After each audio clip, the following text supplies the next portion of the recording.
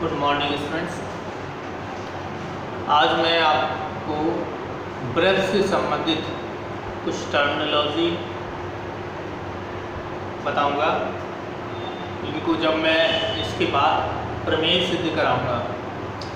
जब प्रमेय सिद्ध कराएंगे तो इस तरह की जो वोकेबलरी है, इन शब्दों का मैं इस्तेमाल करूंगा, तो इनको जानना आपके लिए आवश्यक है। जब आप इनको समझेंगे, जानेंगे, तभी आप मैं जो पढ़ाऊंगा वो समझ पाएंगे। इसलिए आप इनको ज़रा ध्यान से समझिए। तो सबसे पहले ये जो आपके यूनिट है ब्रेथ खंड एवं त्रिज्या खंड की अवधारणा, इसको जानने के पहले हमको ब्रेथ के विषय में जानना होगा। ब्रेथ क्या है?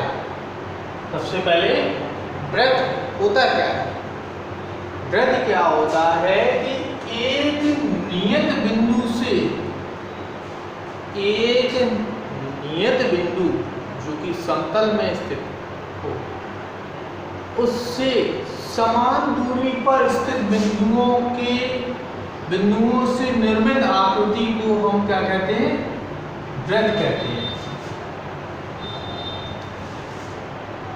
फिर से सुनिए, समतल में स्थित एक नियत बिंदु से समान दूरी पर स्थित बिंदुओं से निर्मित आकृति को हम ब्रेथ कहते हैं। फिर से एक बार रिपीट कर रहा हूं, उसे ध्यान से समझिए। समतल में स्थित एक नियत बिंदु से, समतल में स्थित एक नियत बिंदु से समान दूरी पर स्थित बिंदुओं से निर्मित आकृति को ब्रेथ कहते हैं। या कह सकते हैं समतल में स्थित समान दूरी पर स्थित बिंदुओं के समुच्चय को हम ब्रेथ कहते हैं। इस परिभाषा को कई प्रकार से डिफाइन कर सकते हैं। तो और इतना तो क्लियर हो गया ब्रेथ क्या है। इसके बाद ये जो बिंदु है जिससे समान दूरी पर स्थित है सभी बिंदु, इनको क्या कहेंगे हम लोग? इसको क्या कहेंगे हम लोग? ब्रेथ का केंद्र। ये क्या हो गया? ब्रेथ का केंद्र। ब्रेथ का केंद्र, ब्रेथ का केंद्र है ये। अब त्रिज्या क्या होती है?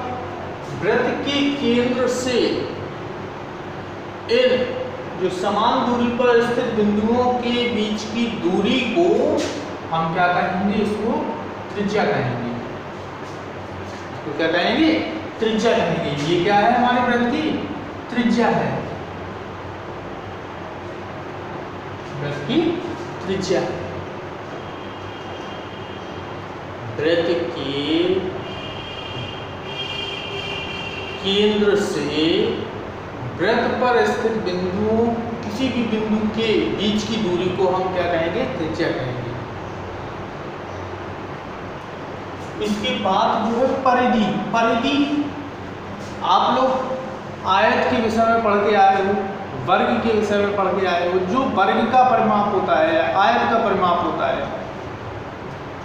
ठीक है, उसी तरह से ब्रेथ का जो परिमाप होता है उसी को हम क्या कहते हैं? परिधि कहते हैं। ब्रेथ के परिमाप को ही हम परिधि कहते हैं। परिमाप क्या होता है? यदि हम यहाँ से चलना स्टार्ट करें कोई व्यक्ति और इस तरह से घूमता हुआ, सर्कल करता हुआ इस तरह से यहाँ पे आ जाए वापस, तो उसे कितनी दूरी चलनी पड़ेगी? ये जो दूरी है वो इस ब्रेथ की क्या कहलाएगी? परिधि कहलाएगी। ये वो इस ब्रेथ की क्या कहलाएगी? परिधि कहलाएगी। या इस तरह से समझ सकते हैं कि एक धागा लें, थ्रेड लें और इस ब्रेथ की बाउंड्री पर केवल किनारे किनारे पे डाल दें। इस तरह से हमने सर्कल बना दिया। तो इस धागा की जो लंबाई होगी, इस धागे की जो लंबाई होगी, उसको क्या कहेंगे हम? ब्रेथ की परिधि। ठीक है। उस धागे की लंबाई जिसको हमने इसके ऊपर डाला है वो ब्रेथ की क्या कहलाएगी? परिधि कहलाएगी। इसके बाद आता है चाप। यदि हम वृत्त के इतने हिस्से को या किसी और हिस्से को काट करके अलग कर दें, ये इस तरह से कटा हुआ हिस्सा जो निकाला जाएगा इस वृत्त से, जैसे ये ए बी हमने चाप काट दिया, इस पे ये इतना हिस्सा वृत्त का काट करके हमने बाहर निकाल के रख दिया, तो ये जो है वृत्त का चाप कहलाएगा। ये क्या कहलाएगा? चाप कहलाएगा। ठीक है, ये चाप दीर्घ चाप और लघु चाप, दीर्घ चाप और दूसरा लघु चाप। वृत्त के इस छोटे से कटे हुए हिस्से को, इस वृत्त को जब हमने इधर से हमने काट के अलग कर लिया, तो इतना जो हिस्सा है वो क्या कहलाएगा? लघु चाप। और बकाया ये बड़ा वाला हिस्सा जो रह गया वो क्या कहलाएगा? ये कहलाएगा हमारा दीर्घ चाप, दीर्घ चाप। छोटे वाले हिस्से को लघु चाप, बड़े वाले हिस्से को दीर्घ चाप कहेंगे। इसके बाद आता है जीवा। वृत्त पर स्थित कोई भी दो बिंदुओं को, वृत्त पर स्थित कोई भी दो बिंदुओं को आपस में मिलाने वाली रेखाखंड को हम क्या कहते हैं? जीवा। वृत्त पर स्थित दो बिंदुओं को मिलाने वाली रेखा को हम क्या कहते हैं? जीवा। ये जीवा जैसे हमने वृत्त बना दिया, चाहे जैसे इस तरह से भी हो सकती है, इस तरह से भी हो सकती है, किसी भी तरह से हो सकती है, वो सभी स्थितियों में क्या कहलाएगी? जीवा कहलाएगी। ठीक है। व्यास, व्यास क्या होता है? वृत्त के केंद्र से होकर जाने वाली जीवा को व्यास कहते हैं। वृत्त के केंद्र से होकर जाने वाली, जैसे इसका केंद्र ये हो गया, यहाँ से हमने एक जीवा खींच दी, इस तरह से वृत्त के केंद्र से होकर के जा रही है, तो इसको क्या कहेंगे? व्यास। वृत्त के केंद्र से होकर जाने वाली जीवा को हम क्या कहते हैं? व्यास कहते हैं। वृत्त के केंद्र से होकर जाने वाली जीवा को व्यास कहते हैं। यह वृत्त की सबसे बड़ी जीवा होती है, या व्यास को इस तरह से डिफाइन करते हैं, कर सकते हैं, वृत्त की सबसे बड़ी जीवा को वृत्त में खींचे जा सकने वाली सबसे बड़ी जीवा व्यास कहलाती है।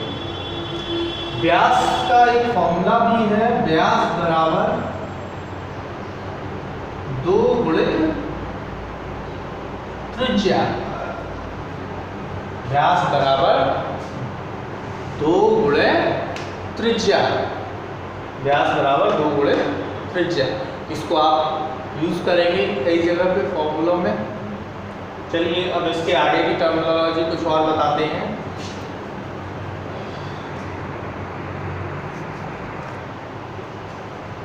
इसके बाद आगे का टर्म क्या है? अर्धवृत्त। अर्धवृत्त क्या होता है? वृत्त जैसे ये हो गया, वृत्त का व्यास आपको पता चल गया, वृत्त के केंद्र से होकर जाने वाली जो रेखा जीवा है वो क्या कहलाती है? व्यास कहलाती है। तो वृत्त का व्यास इस वृत्त को 2 भागों में विभाजित कर देता है। वृत्त का व्यास वृत्त को 2 बराबर भागों में विभाजित करता है। इन भागों को हम क्या कहते हैं? अर्धवृत्त। तो क्या कहते हैं हम लोग? अर्धवृत्त। ठीक है। तो वृत्त का व्यास वृत्त को 2 बराबर भागों में विभाजित करता है। इन भागों को हम क्या कहते हैं? अर्धवृत्त कहते हैं। इसके बाद आता है वृत्तखंड। इसके बाद आता है वृत्तखंड। तो बिल्कुल सेम, वृत्त की जीवा, वृत्त की जो जीवा होती है वो वृत्त को 2 भागों में विभाजित कर देती है। जैसे हमने ये सीधी जीवा खींच दी, ये सीधी जीवा खींच दी, तो ये सीधी जीवा ने अब हम इस पूरे वृत्त को 2 भागों में विभाजित कर दिए। एक ऊपर का हिस्सा हो गया, एक नीचे का हिस्सा हो गया। एग्जाम्पल ये हम दूसरा फिगर बना दें, जैसे ये बना दिया हमने CDA जीवा हो गई, CDA ये जीवा हो गई। तो ये इस जीवा CD ने व्रत को दो भागों में विभाजित कर दिया। ये दोनों भाग व्रत के व्रतखंड कहलाते हैं। ये क्या कहलाते हैं? ये भाग व्रतखंड। इनमें भी एक होता है लघु व्रतखंड, लघु व्रतखंड, लघु व्रतखंड। सेकेंड दीर्घ व्रतखंड, दीर्घ व्रतखंड। छोटे वाले हिस्से को हम क्या कहेंगे? लघु व्रतखंड, लघु व्रतखंड। और बड़े वाले हिस्से को हम कहेंगे दीर्घ व्रतखंड। ठीक है। व्रत को जीवा द्वारा दो भागों में विभाजित कर दिया जाता है। इन भागों को व्रतखंड कहते हैं। छोटे हिस्से को लघु व्रतखंड, बड़े हिस्से को दीर्घ व्रतखंड। इसके बाद आता है तृज्यखंड। तृज्यखंड क्या होता है? तृज्यखंड क्या होता है? व्रत के किसी चाप को, किसी चाप के अंत बिंदुओं, एंड पॉइंट, जैसे ये दोनों इस चाप के क्या है? एंड पॉइंट है। इनसे खींची गई त्रिज्या, इनसे खींची गई त्रिज्याओं से निर्मित आकृति को तृज्यखंड कहते हैं। ठीक है, फिर से समझिए इसको। वृत्त के चाप के अंत बिंदुओं को वृत्त के केंद्र से मिलाने पर, वृत्त के केंद्र से मिलाने पर जो आकृति निर्मित होगी उसको क्या कहेंगे? तृज्यखंड, तृज्यखंड।